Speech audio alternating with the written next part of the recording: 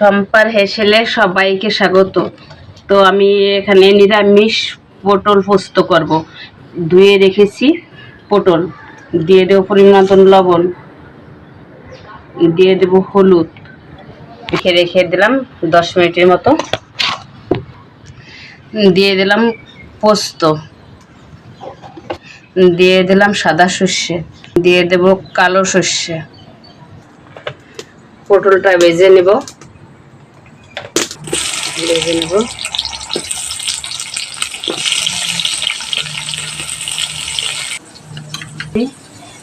দিয়ে দেব পেস্ট করে আনবো। আর তোমরা চাইলে শিলনোড়ায় বেটে নিতে পারো, কিন্তু আমি করিনি। দিয়ে দেব পরিমাণ মতন লঙ্কা, লবণ, অল্প হলুদ।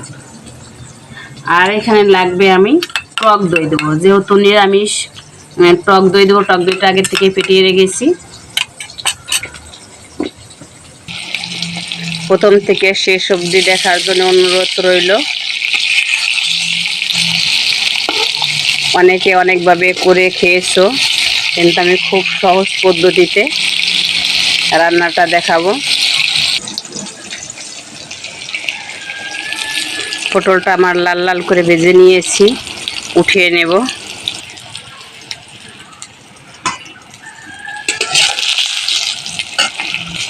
একইভাবে আমি সব পটলগুলো ভেজে উঠিয়ে নেব।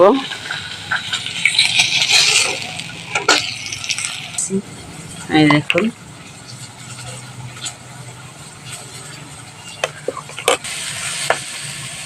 একইভাবে সব কমপ্লিট ভাজা।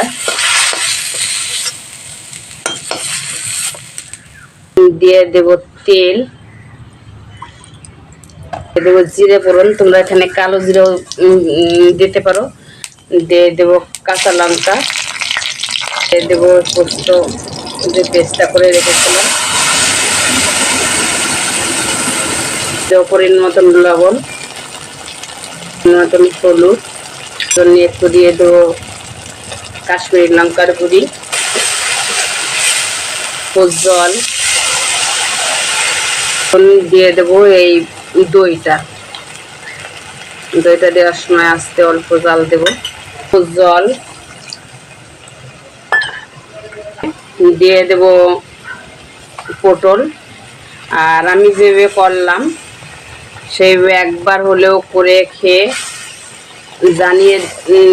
জানিও যে জায়গা থেকে দেখছো, একটু কমেন্টে বলে দিও।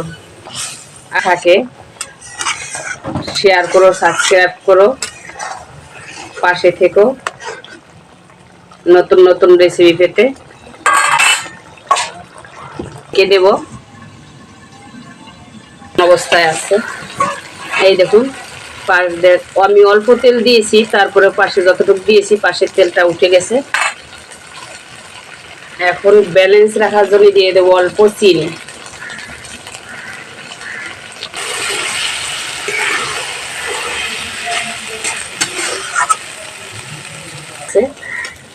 তেলটা বেশি যতটুকু উঠে গেছে, নামিয়ে নেব।